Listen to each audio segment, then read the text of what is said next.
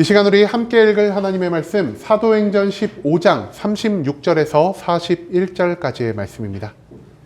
신약 성경 214페이지 사도행전 15장 36절에서 41절까지의 말씀 총 6절이라 제가 먼저 한 절, 여러분들이 한 절 번갈아 가면서 말씀 읽도록 하겠습니다. 사도행전 15장 36절 말씀부터 제가 먼저 읽도록 하겠습니다. 며칠 후에 바울이 바나바더러 말하되 우리가 주의 말씀을 전한 각 성으로 다시 가서 형제들이 어떠한가 방문하자 하고 바나바는 마가라 하는 요한도 데리고 가고자 하나.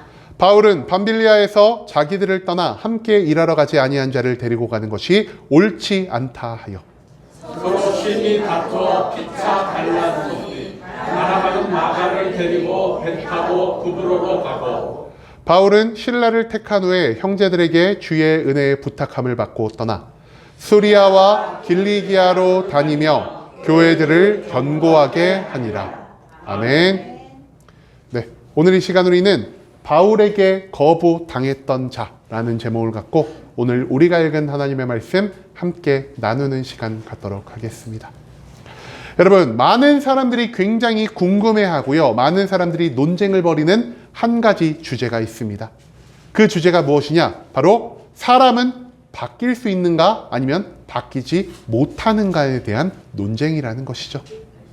어떤 사람은 말합니다. 사람은 바뀔 수 있어. 그가 얼마나 마음먹기에 따라, 그가 얼마나 노력함에 따라 사람은 충분히 바뀔 수 있는 존재야 라고 말입니다. 그런데 어떤 사람은 반대로 무엇을 말하죠? 아니야, 사람은 절대 바뀔 수 없어. 사람은 태어난 그대로 죽는 그날까지 계속 그 모습을 유지하며 살아갈 수밖에 없다라는 이러한 주장을 하고 있다라는 것입니다. 그런데요, 우리가 살다 보면 주변에서 너무나 많이 발견하는 것 무엇이죠? 바뀌었다라고 말을 한 사람이요, 다시 과거의 모습으로 돌아가는 이 무너지는 모습을 우리가 굉장히 많이 발견할 수 있게 된다라는 것이죠. 그리고 그런 모습을 볼 때마다 우리의 머릿속에 어떤 생각이 들어오냐?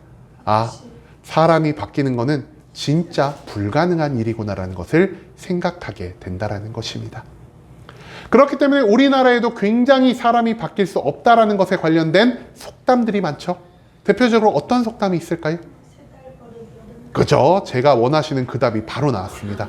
3살 버릇 80까지 간다라는 속담이 있고요. 또 사람은 고쳐 쓰는 게 아니야 라는 말도 있죠. 마지막으로 우리가 또 많이 쓰는 말, 제 버릇 개 못 준다라는 말도 있습니다. 또 제가 2021년 통계 결과를 찾아보니까요. 교도소에 들어왔다가 출소한 사람 4명 중 1명이요. 다시 범죄를 지어서 교도소로 돌아오는, 한마디로 25%가 또 다른 범죄를 만들어내는 이러한 모습을 계속해 보인다라고 합니다. 이러한 말을 들을 때마다 우리의 머릿속에 어떤 생각이 더 강하게 남을까요? 아, 역시 사람은 못 바꿔.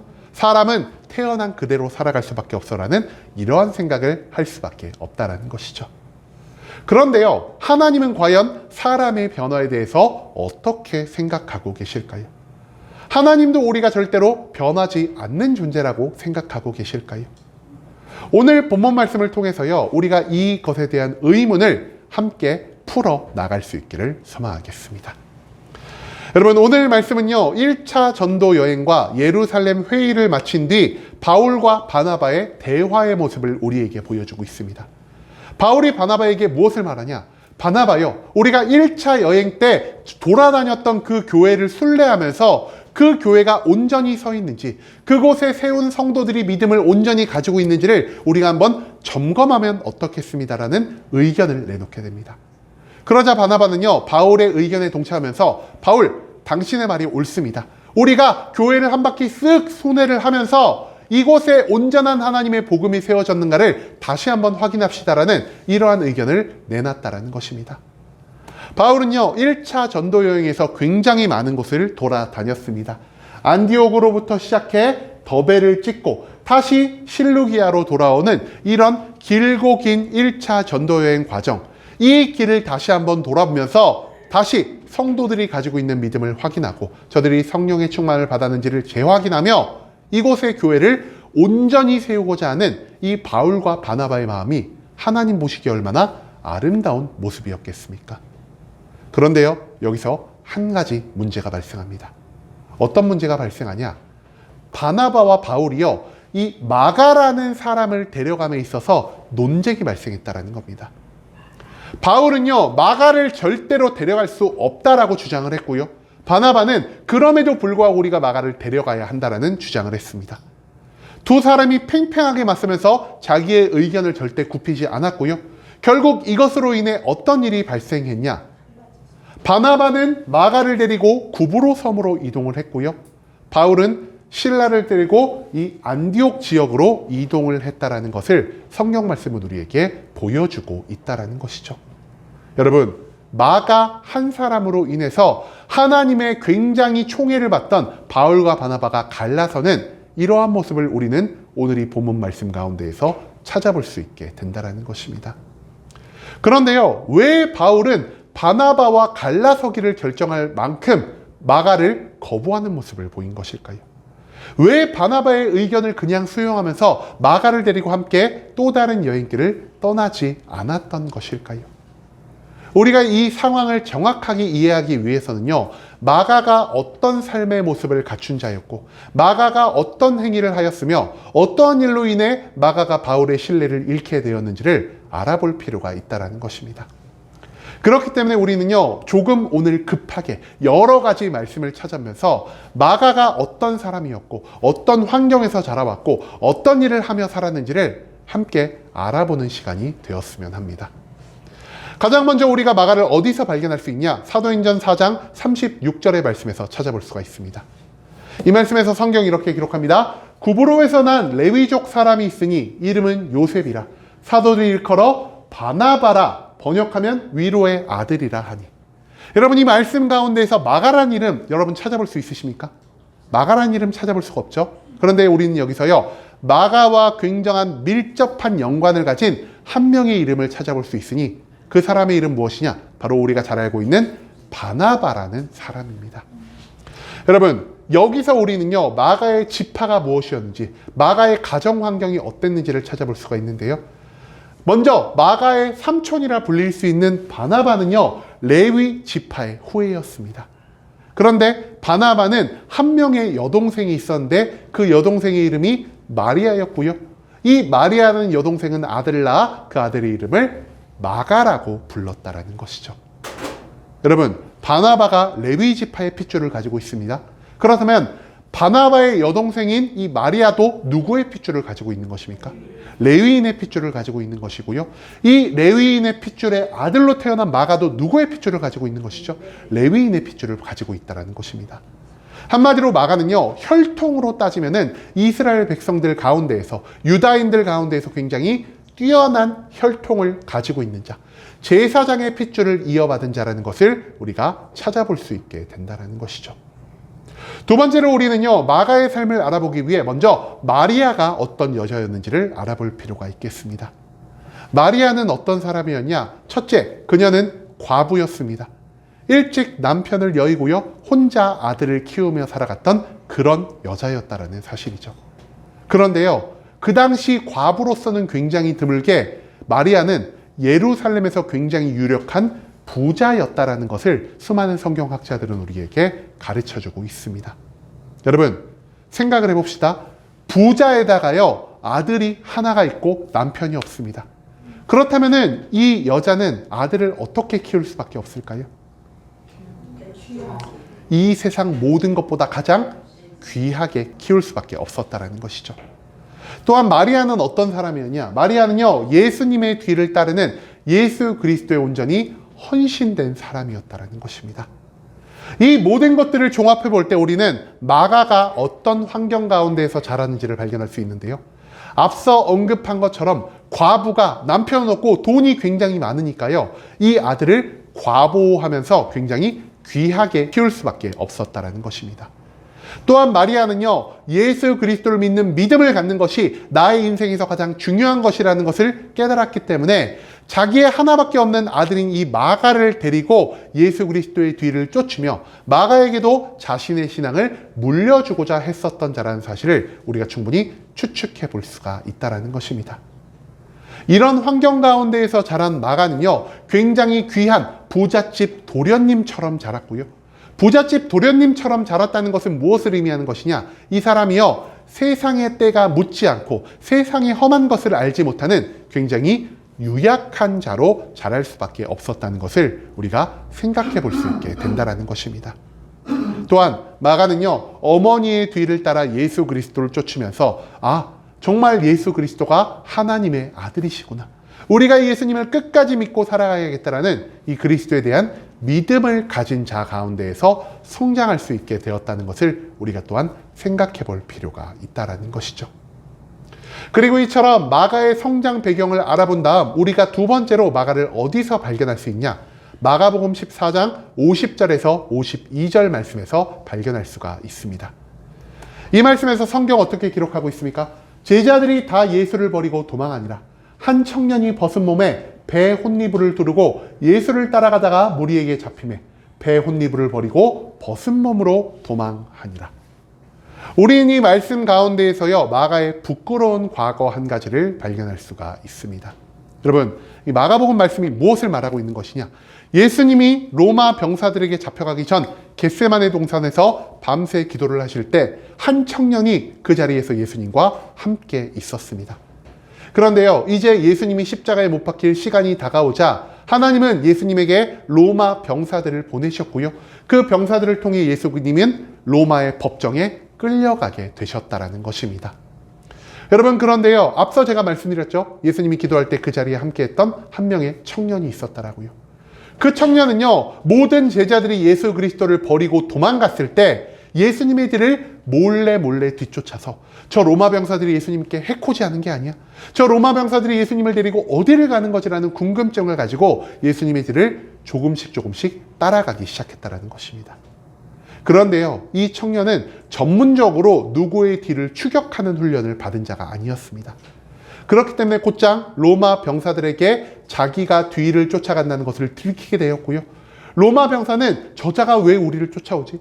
저자가 우리가 납치한 이 예수 그리스도와 같은 생각을 가지고 있는 자가 아닐까라는 생각으로 이 청년을 잡으러 왔을 때 청년은요, 그의 몸에 덮고 있던 배 혼니부를 벗어버리며 알몸이 되는 이 수치스러운 모습을 보이며 예수님의 뒤를 버리고 완전히 도망쳤다라고 성경은 기록하고 있다는 것입니다. 여러분, 그런데요, 여기서 등장하는 이 청년의 정체, 무엇이라 할 수 있을까요? 마가라고 할 수 있을까요? 여러분들이 이미 정답을 하시네요. 여러분, 이 청년은요, 정확하게 어떤 사람이었는지 이름이 성경 가운데 등장하고 있지 않습니다. 하지만 우리가 여기서 한 가지 단서를 찾을 수가 있는데요. 그 단서 무엇이냐? 바로 이 청년이요, 그 당시 보통 사람들은 두를 수 없는 굉장히 값비싼 배 혼니부를 두르고 있었다라는 것입니다. 그리고 앞서 우리가 이 청년이 어디 자리에 함께 했다라고 말했죠? 예수님이 겟세마네 동산에서 기도하는 그 자리에 예수님과 함께 있었고요. 예수님이 잡혀가는 것을 안타까워한 나머지 예수 그리스도의 뒤를 쫓은 자라는 것을 우리가 또한 말씀 가운데에서 찾아볼 수 있다는 것이죠. 여러분, 이 청년은요, 예수님을 믿는 자였고요. 부자였지만 예수님의 뒤를 끝까지 따르지 않고 그 마음에 있는 심약함으로 인해 그가 로마 병사에게 잡히면 고문을 받을까봐 이것에 대해서 겁을 냈기 때문에 예수님을 버리고 도망가는 모습을 선택한 자였다는 것입니다. 마지막으로 우리가 이 청년이 어떤 사람인지에 대한 정체를 발견할 수 있는 부분이 있는데요. 이 말씀은요, 마태복음에도 안 나오고요, 누가복음에도 안 나오고요, 요한복음에도 안 나오고 오직 마가복음에만 나옵니다. 그 말은 무엇입니까? 마태도 누가도 요한도요, 이 청년이 알몸으로 예수 그리스도를 피해 도망가는 것을 보지 못했다라는 것이죠. 오직 누구만 이 청년이 도망가는 것을 직접 목격하고 이 말씀에 적은 것입니까? 오직 마가만이 이 청년의 모습을 보았다라는 것입니다. 그런데 이 말씀을 모두 종합해 본다면 우리가 이 청년이 누구인지를 추측해 볼 수 있다는 것이죠. 우리가 앞서 말했죠. 이 마가라는 청년은요, 어머니 마리아의 믿음을 따라 예수님을 믿는 자였고요. 어머니 마리아가 부자였기 때문에 이 마가도 부자의 옷을 입을 수가 있었고요. 또한 그는 귀한 부잣집 도련님으로 과보를 받고 자랐기 때문에 굉장히 마음이 심약한 겁이 많은 사람이었고요. 마지막으로 자신만 알고 있는 이야기를 마가복음에 기록했다는 것입니다.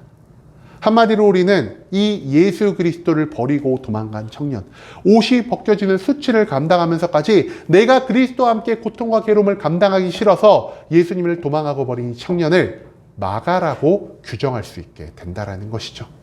한마디로 마가는요, 이 말씀 가운데에서 자신의 부끄러운 과거의 모습을 스스로 드러내고 있다는 것입니다.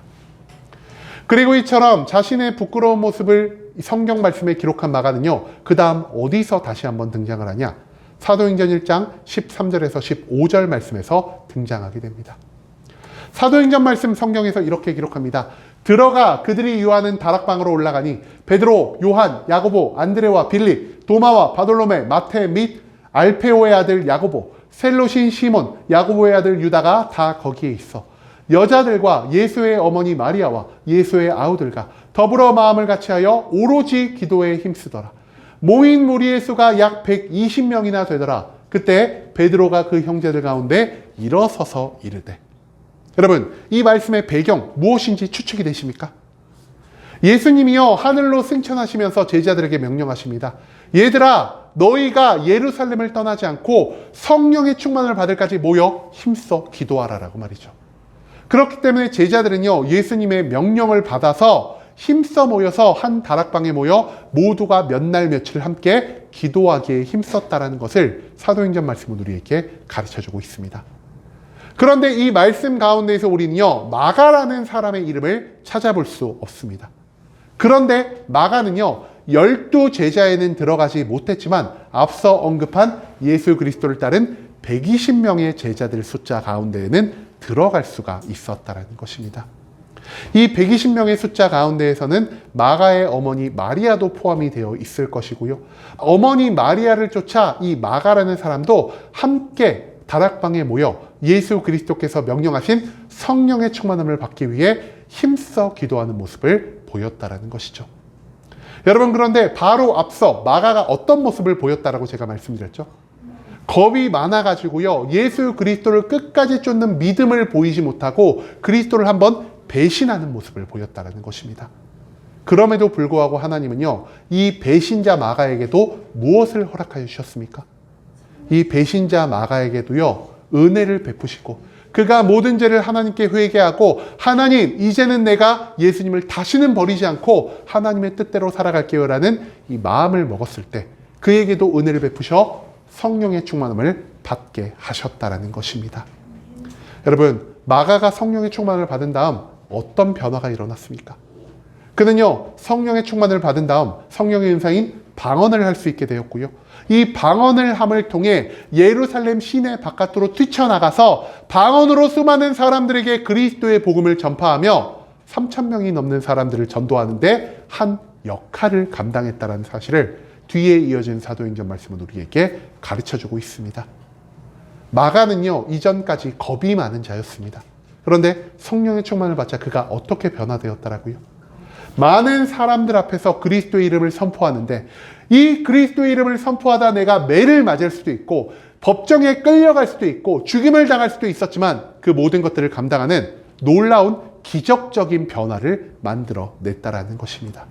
한마디로 성령의 충만함을 통해 마가라는 사람이 180도 변화되었다는 사실을 우리가 이 말씀 가운데에서 발견할 수 있게 된다는 것이죠. 마가는요, 여기서 끝낸 것이 아닙니다. 예루살렘에서 열심과 최선을 다해 전도한 다음 그는 이후에 바나바와 바울이 전도 여행을 떠난다라고 결정을 했을 때 저도 그 전도 여행에 함께하며 그리스도의 사명을 위해 나의 목숨을 바치겠다라는 이러한 모습을 보이게 되었다라는 것입니다. 이 말씀을 통해서 우리는요, 성령의 충만함을 받았을 때 그 성령의 충만함이 한 사람을 완벽하게 변화시킬 수 있게 된다는 것을 발견할 수 있게 된다는 것입니다. 여러분, 그런데요, 말씀이 여기서 끝나면 얼마나 행복한 결말일까요?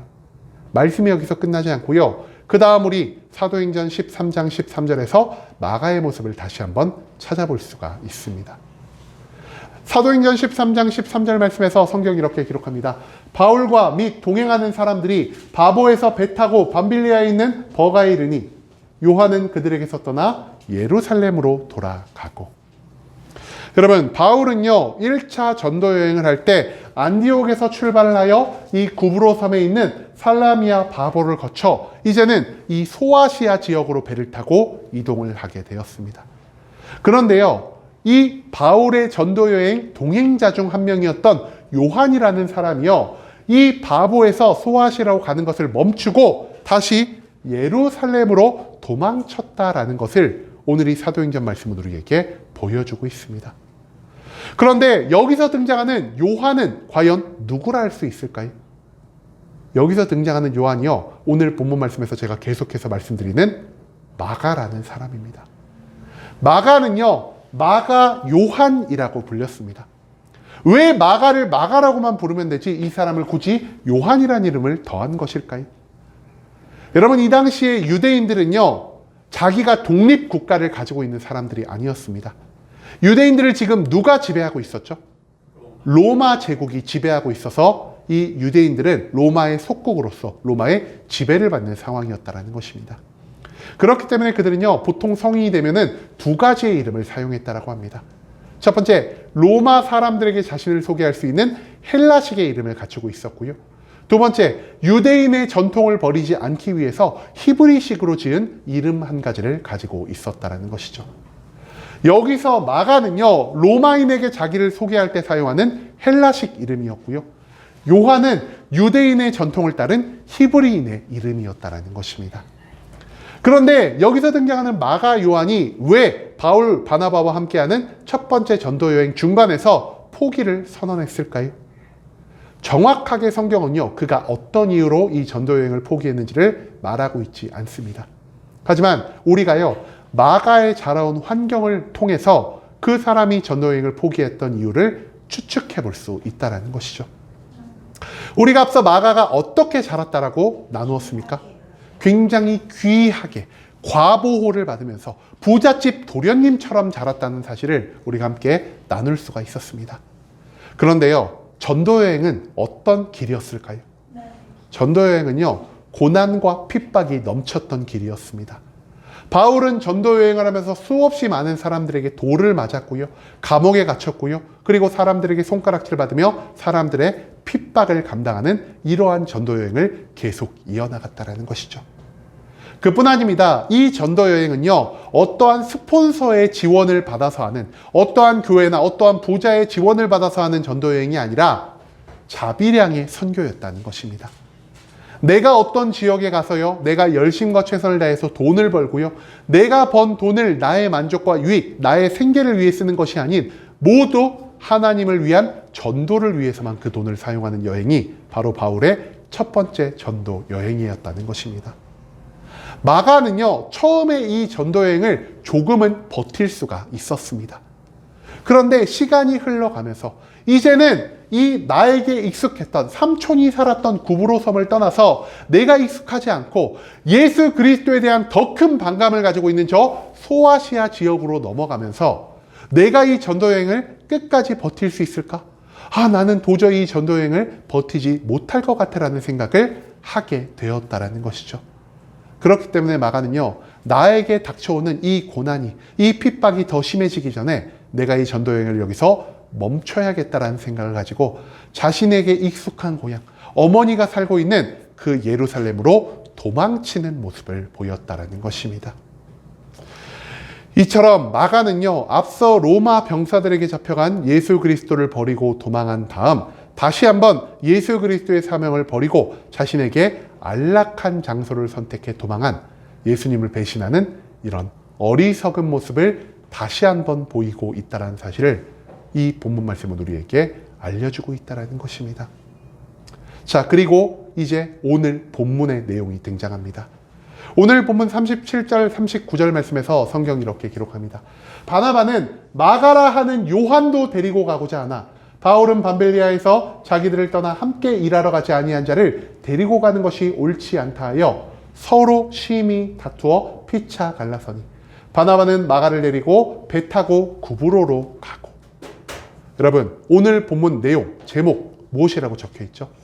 바울에게 거부당했던 마가. 오늘 본문 내용은요, 이 마가를 바울이 거부하고 있는 모습을 보여주고 있다는 것입니다. 1차 전도 여행에서 중간에 그들을 떠난 마가의 모습으로 인해 마가는 바울에게 신뢰를 완전히 잃어버리게 되었습니다. 그리고 이 마가로 인해서 1차 전도 여행에서 돌아봤던 이 교회들을 순회하는 과정에 있어 바나바와 바울 사이에 큰 의견의 충돌이 발생했다는 것이죠.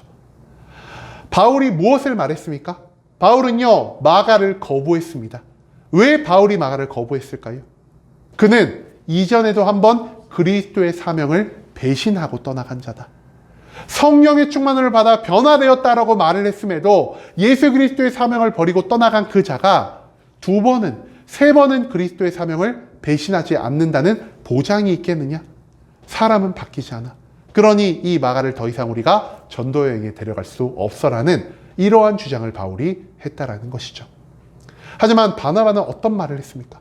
바나바는요, 그가 비록 한번 그리스도의 사명을 배신하고 떠난 경험이 있다 할지라도 우리가 이 마가를 품고 계속해서 하나님의 사명을 감당해야 한다는 것을 강조했다는 것이죠.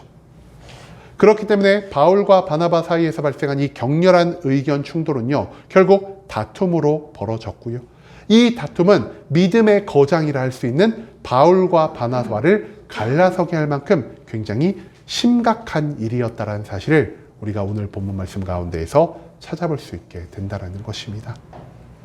여러분, 이처럼 마가는요, 2 사람을 갈라놓는 굉장히 큰 원인을 제공하게 되었습니다. 그리고 난 다음 이 마가의 이야기를 우리가 마지막으로 어디서 발견할 수 있냐? 디모데후서 4장 10절에서 11절 말씀에서 발견할 수가 있게 된다는 것이죠. 데마는 이 세상을 사랑하여 나를 버리고 데살로니가로 갔고, 그레스게는 갈라디아로, 디도는 달마디아로 갔고, 누가만 나와 함께 있느니라. 내가 올 때에 마가를 데리고 오라. 그가 나의 일에 유익하느니라. 여러분, 이후에 우리 마가의 모습을요, 오랫동안 찾아볼 수가 없습니다. 그리고 나서 우리가 성경의 뒷부분에 가서 어디에 가야 마가를 찾아볼 수 있냐? 바로 디모데후서에 와서야 마가의 이름이 잠깐 등장하는 것을 찾아볼 수 있게 된다는 것이죠. 그런데요, 이 말씀에서 바울이 지금 어떻게 말을 하고 있죠? 마가를 나에게 데려오라라고 말을 하고 있다는 것입니다. 왜 바울이 갑자기 마가를 찾은 것일까요? 바울은요, 지금 전도 여행하는 와중에 있었습니다. 그리고 이 전도 여행은요, 혼자의 힘으로는 도무지 감당할 수 없는 것이었기 때문에 바울은 수많은 동역자들과 함께 이 전도 여행을 감당하고 있었다는 것이죠.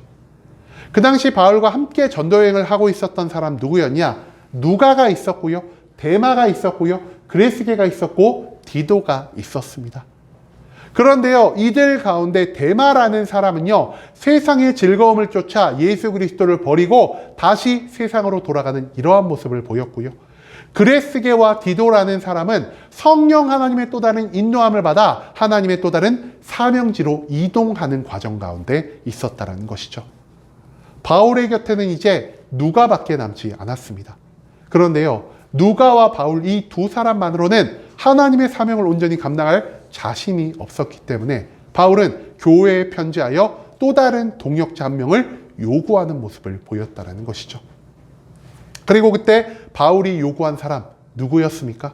바로 마가였다는 것입니다. 그런데요, 바울이 마가를 요구하면서 어떤 말을 덧붙였습니까? 나에게 유익할 수 있는 마가를 데려오라라고 부탁하고 있다는 것입니다. 여러분, 마가는요, 오늘 본문 말씀 가운데에서, 그리고 성경 말씀 가운데에서 왜 변하게 되었는지, 어떻게 변하게 되었는지 그 내용을 우리가 찾아볼 수는 없습니다. 하지만 바울이 그 거부했던 마가를 나에게 유익하다라는 표현을 쓸 만큼 마가를 요구했다라는 것으로 미루어 보아 우리는 마가가 과거와는 다른 완전히 새로운 사람으로 변화했다라는 것을 추측해 볼 수 있다라는 것이죠. 바울은요, 자신이 거부한 마가의 신앙인으로서의 모습을 이제 이 디모데후서에 와서는 인정하는 모습을 보이고 있습니다. 즉, 이 마가라는 사람은요, 더 이상 배신자의 신앙, 유약한 신앙, 겁이 많은 신앙을 가지고 있는 것이 아닌 바울이 인정할 만큼 하나님 안에서 완숙해진 그리스도인의 모습을 갖추게 되었다라는 것이죠. 이 완숙한 믿음을 가진 마가의 모습 가운데에서 더 이상 우리는 마가의 과거에 가지고 있던 모습, 연약함과 비겁함과 배신자의 모습을 찾아볼 수가 없게 되었다라는 것입니다. 여러분, 오늘 본문 말씀을 쭉 이어가면서요, 우리의 머릿속에 생각이 변하셨습니까? 사람은 과연 변할 수가 있을까요? 저는요, 오늘 본문 말씀을 처음부터 끝까지 쭉 찾아보면서요, 한 가지 결론을 내리게 되었습니다. 그 결론 무엇일까요? 여러분, 틀렸습니다. 사람은요, 절대로 변할 수가 없습니다. 하지만 말씀이 여기서 끝나면 제가 뭔가 이상한 사람이 되겠죠? 사람은 절대로 변할 수가 없습니다. 하지만 성령님은 사람을 변하게 하실 수 있습니다. 여러분, 바울이 마가를 거부한 이유 무엇이었습니까? 바울은요, 마가가 절대로 변하지 않을 것이다. 마가가 한 번 예수 그리스도를 떠난 만큼 2번도, 3번도, 4번도, 5번도, 100번도, 1000번도 예수님을 배신할 수 있는 사람이다라는 이러한 생각을 가지고 있었다라는 것이죠. 하지만 바울이 간과한 것이 한 가지가 있었으니 그것이 무엇입니까? 바로 성령의 충만을 받는다면 이처럼 예수 그리스도를 여러 번 배신한 마가조차 변화할 수 있다는 것을 바울은 온전히 깨닫지 못했다라는 것입니다. 여러분, 성령님은요, 우리를 변화시켜 주십니다. 그런데요, 여기서 중요한 게 한 가지가 있습니다. 성령의 충만을 받았어도요, 사람에 따라서 내가 변화하는 기간에는 차이가 있을 수 있다는 것이죠. 여러분, 바울은 어땠습니까? 바울은요, 다메섹으로 가는 그 길 위에서 예수 그리스도를 만나 성령의 충만함을 받게 되었을 때 어땠죠? 완벽하게 변했습니다. 오랜 시간을 두고 바울이 변한 것이 아니라 바울은 즉시 그의 마음을 변화시키고 즉시 그의 생각을 변화시키는 즉각적인 변화를 만들어냈다는 것이죠. 그렇기 때문에 바울이 어떻게 생각할 수밖에 없었을까요? 진짜 성령의 충만을 받았다면 나처럼 즉시 변화된 삶을 살아가야 돼. 이전과는 완전히 180도 다른 삶이 즉시 드러나야만 성령의 충만을 받은 것이라 할 수 있으라는 이러한 생각을 가질 수밖에 없었다는 것이죠. 그런데요, 마가는 어땠을까요? 마가는요, 성령의 충만을 받아 잠깐의 변화를 만들어냈지만 그 변화가 완전하지는 못했다라는 것입니다.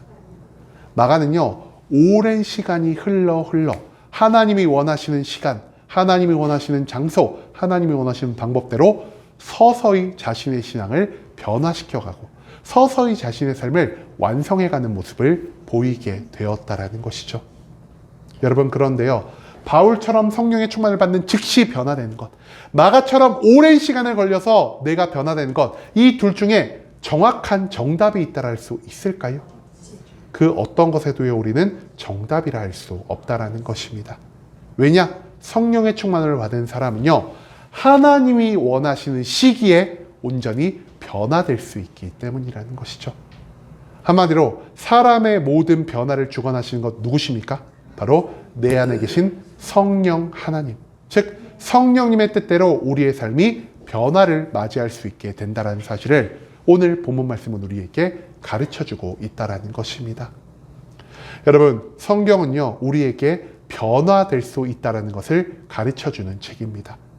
물론 성경에서는요, 홍해가 갈라지고 해가 멈춰서고 해가 뒤로 물러가고 마른 하늘에 우박이 떨어지는 이런 수많은 자연의 변화, 세상의 변화를 보여주기도 하지만 성경이 집중하고 있는 변화는요, 세상과 자연의 변화가 아닌 바로 사람의 변화라는 것입니다. 대표적으로 누가 변화했죠? 아브라함이 변화했습니다. 75세가 될 때까지 무언가 이뤄놓은 특별한 것도 없고요. 75세가 되기까지 아들 한 명도 없었던 아브라함이요, 하나님을 온전히 믿음으로 인해 어떻게 변화하였습니까? 모든 믿는 사람들의 본이 될 수 있는 믿음의 조상으로 변화했다는 것입니다. 야곱은 어떻습니까? 야곱은요, 그의 삶 가운데에서 거짓말과 사기를 반복하며 살아갔던 자였습니다.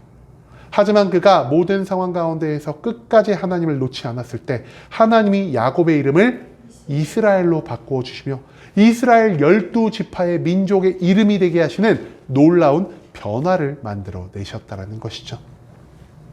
다윗 왕은 어떻습니까? 다윗 왕은요, 한낱 어느 집안의 막내 아들로서 양을 치며 살아갈 운명을 부여받은 자였습니다. 그런데 그가 하나님을 믿고 그의 안에 성령의 충만함이 임재하자 이 다윗이 어떻게 변화하였죠? 이스라엘 모든 역사를 통틀어 보아도 그 누구도 범접할 수 없는 가장 위대한 왕이 되었다라는 것입니다. 바울은 어땠습니까? 바울은요, 예수 그리스도를 믿는 자를 찾아서 그를 죽이고 그를 감옥에 가두고 그를 돌로 치는 것을 용인하기 위해서 온 세상을 돌아다녔던 사람입니다. 그런데 그에게 성령의 충만함이 임재하자 바울이 어떻게 변화되었습니까?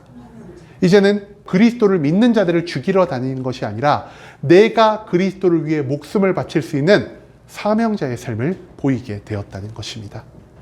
마지막으로 오늘 본문에 등장한 마가 어떻습니까? 마가는요, 유약한 성품을 가지고 있는 그리스도를 몇 번이고 배신한 배신자의 삶을 살아갔습니다. 그런데요, 마가의 안에 성령의 충만함이 임재하고 하나님의 때가 이르르자 마가가 어떻게 변하였다라고요? 바울에게 유익하다라는 표현을 들은 참된 그리스도인으로 완성될 수가 있었다라는 사실을 우리가 오늘 본문 말씀 가운데에서 잊지 말아야 한다는 것입니다. 여러분, 이처럼 성령의 충만함을 통해 완전히 변화된 마가는요, 마지막으로 자신의 신앙 고백을 이 마가복음 1장 1절 말씀 가운데에서 나타내고 있습니다. 마가가 자신의 말년 이 성경의 말씀을 기록하면서 모든 사람들이 가장 먼저 바라볼 수 있는 이 마가복음 1장 1절 말씀에서 자신의 신앙을 어떻게 고백하고 있었을까요? 마가가 이렇게 말합니다. 하나님의 아들 예수 그리스도의 복음의 시작이라. 이 말이 무슨 뜻일까요? 여러분, 복음은 무슨 뜻입니까? 복음은요, 좋은 소식, 기쁜 소식입니다. 그런데 왜 예수 그리스도가 우리에게 기쁜 소식이 될 수 있을까요? 예수 그리스도를 믿는 믿음을 통해서 우리가 영혼의 구원을 입을 수 있고요, 우리가 이전과는 다른 완전히 변화된 삶을 살아갈 수 있기 때문이라는 것입니다. 한마디로 마가는요, 마가복음 1장 1절의 말씀에서 자신의 신앙을 고백하고 있습니다. 나처럼 연약한 사람도, 나처럼 예수 그리스도를 2번이나 배신한 사람도 끝까지 믿음을 놓지 않는다면 그리스도의 복음으로 인해 변화될 수 있게 되었다. 그러니 이 말씀을 읽는 여러분 모든 성도님들도 그리스도를 믿으십시오. 그리스도를 온전히 믿는 것이 여러분의 삶을 변화되게 만들 수 있는 가장 기쁜 소식이 될 수 있을 것입니다. 그것이 바로 예수 그리스도의 복음의 시작이라는 믿음의 고백이 되었다는 것입니다. 여러분, 우리의 죄악, 우리의 과거, 우리의 연약함으로 인해 우리는 스스로 하나님의 일을 감당할 수 없다라고 생각하고 스스로 나는 하나님을 믿을 자격이 없다라고 생각하며 살아갈 때가 너무나 많은 것 같습니다. 하지만 이제는 그런 우리조차 변화시켜 사용하시는 성령 하나님의 능력을 기억할 수 있기를 소망합니다. 마가를 바꾸신 성령님이 나를 바꾸실 수 있다는 것을 확신함으로 이 예배를 통해 성령의 충만함을 구하며 내 힘으로는 완성할 수 없는 개인의 거듭남을 향해 나아갈 수 있는 순복음 함께하는 교회의 모든 성도님들이 될 수 있길 간절한 마음으로 소망하겠습니다.